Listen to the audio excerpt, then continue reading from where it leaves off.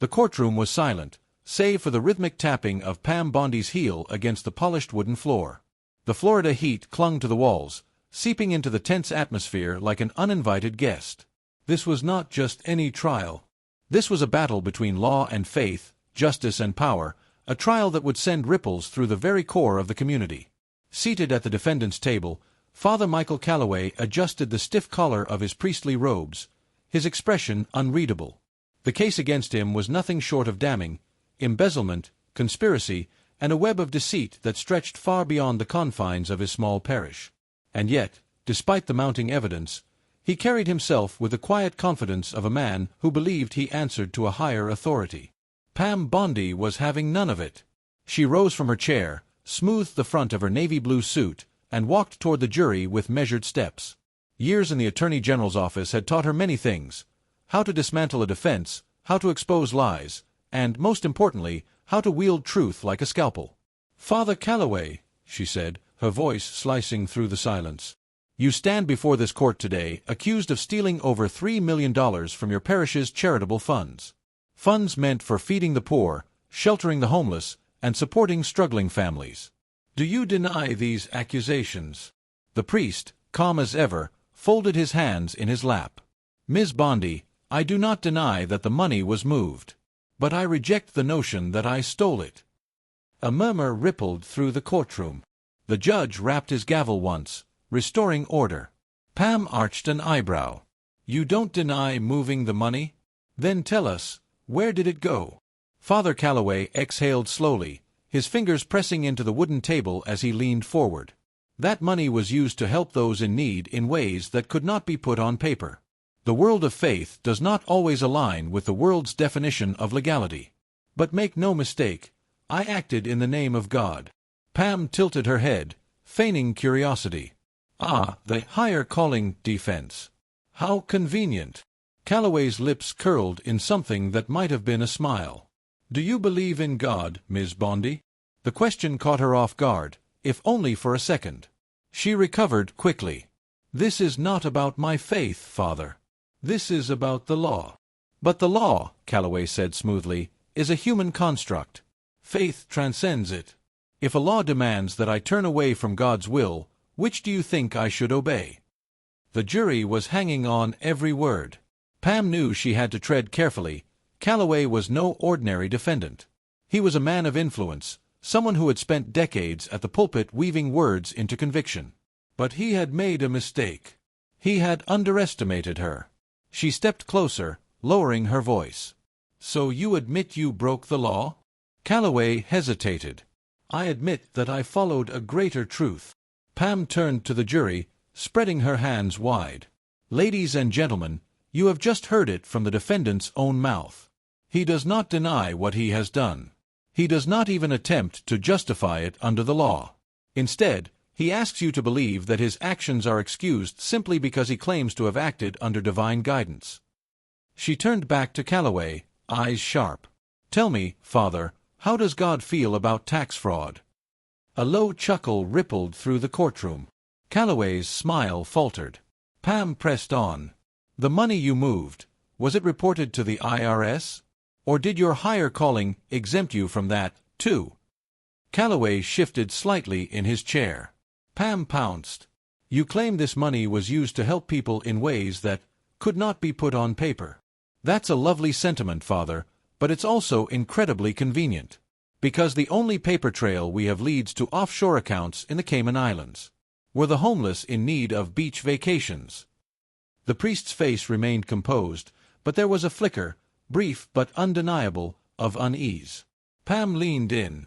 "You want this jury to believe that you're above the law, that your collar grants you moral immunity. But let me ask you this: if a man steals from his neighbor and claims that God told him to do it, should we set him free?" Calloway met her gaze. "God's justice is not the same as man's." Pam smiled. "You're right. Because in this courtroom, justice doesn't wear a robe and a cross, it wears a badge and a gavel." Silence. For the first time, Calloway looked truly unsettled. Pam turned to the judge. "No further questions, Your Honor." She returned to her seat, resisting the urge to glance at the jury. She already knew, she had planted the seed of doubt. Now, she just had to wait for it to grow. This case was far from over, but one thing was clear. Faith might transcend the law, but in this courtroom, the law was about to have the final word. Pam Bondi sat at the prosecution's table, fingers lightly tapping against the stack of documents before her. She had seen hesitation in Father Calloway's eyes before court had adjourned yesterday, but today? Today, he was back to his carefully composed self, his faith a shield against every accusation thrown his way. That was fine. Pam had spent her career taking down men who thought they were untouchable. As the court reconvened, she rose with confidence, stepping toward the witness stand where Father Calloway now sat.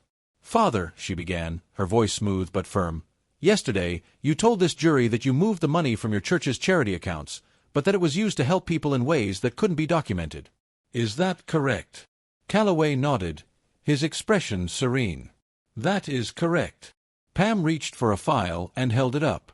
"Then perhaps you can help me understand something.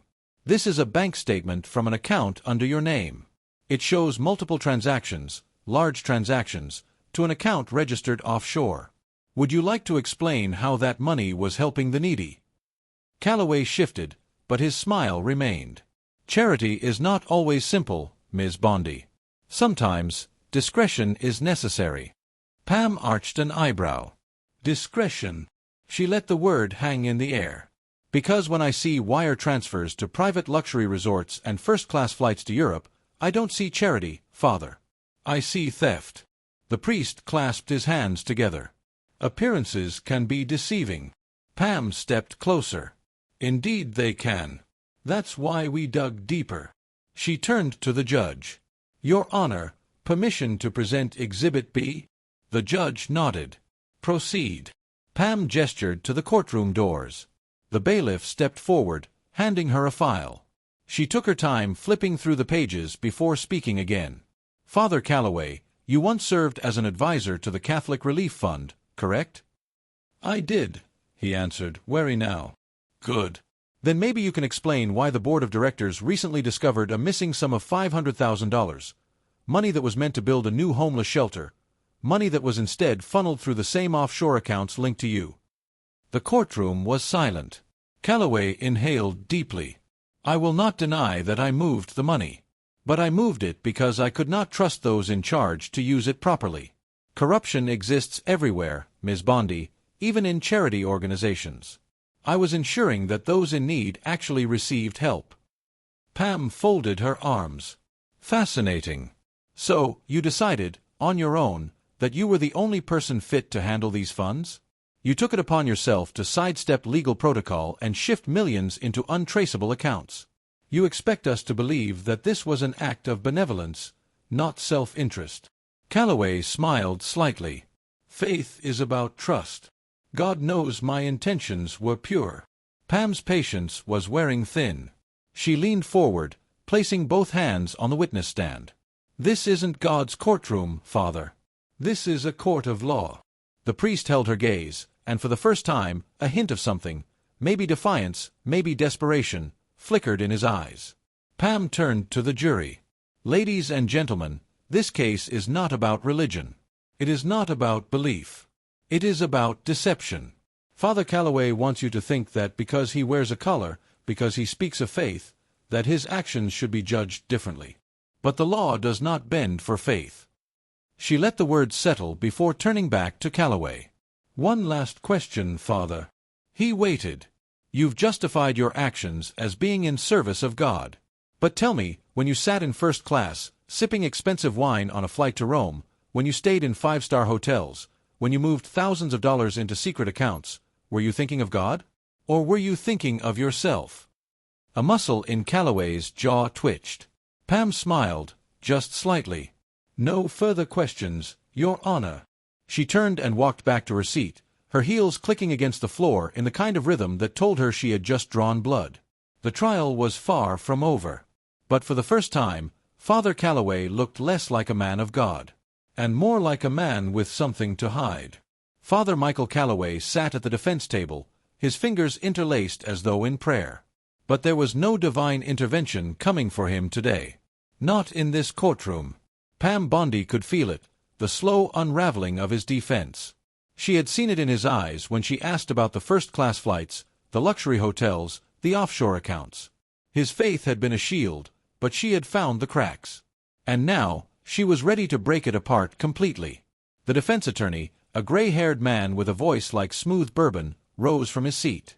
"Your Honor, the defense calls Father Calloway back to the stand." Pam leaned back slightly in her chair, watching. This was their attempt at damage control. Calloway adjusted his clerical collar and took a deep breath before stepping onto the witness stand. The defense attorney paced in front of him.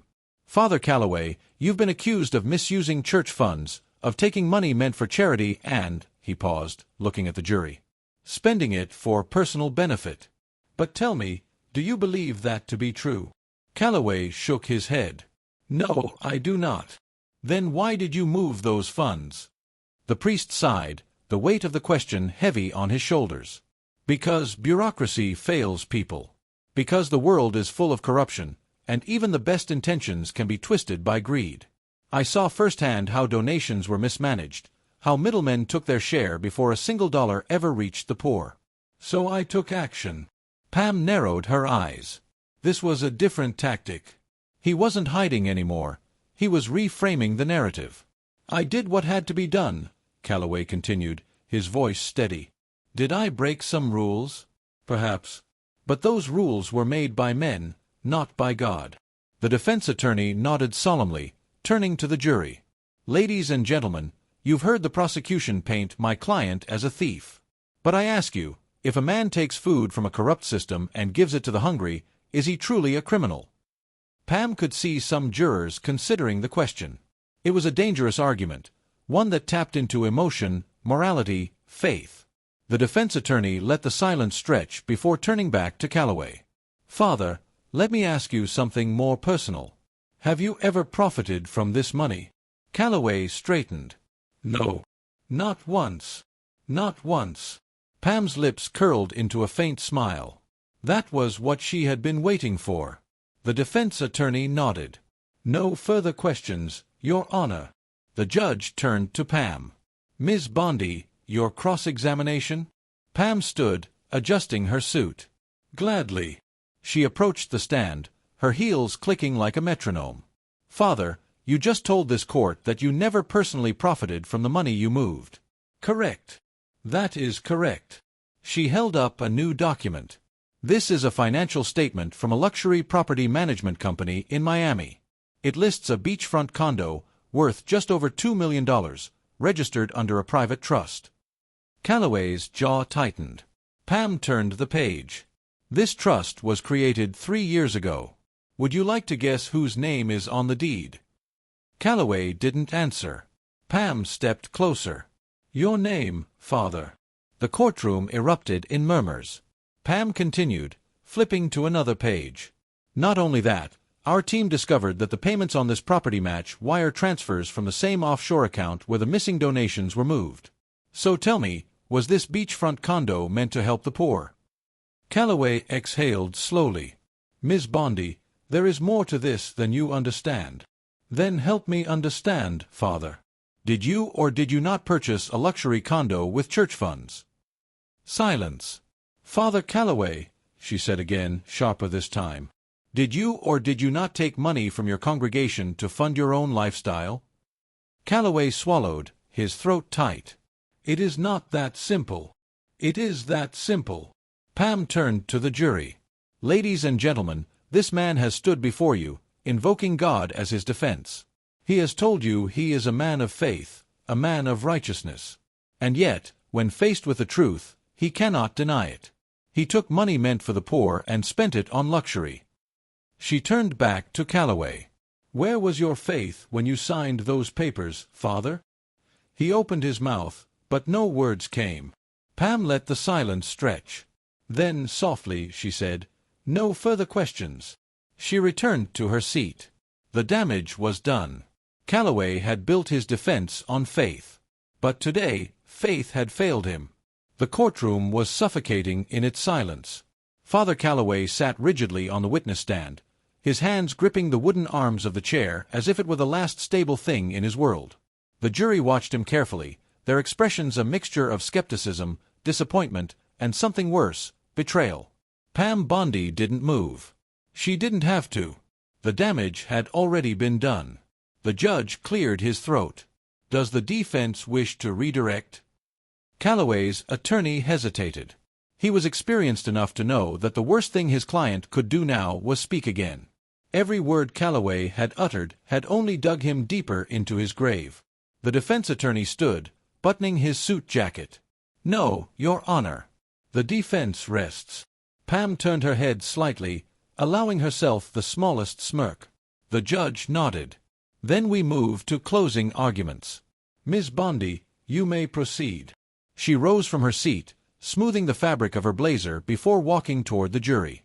"Ladies and gentlemen," she began, her voice measured, deliberate.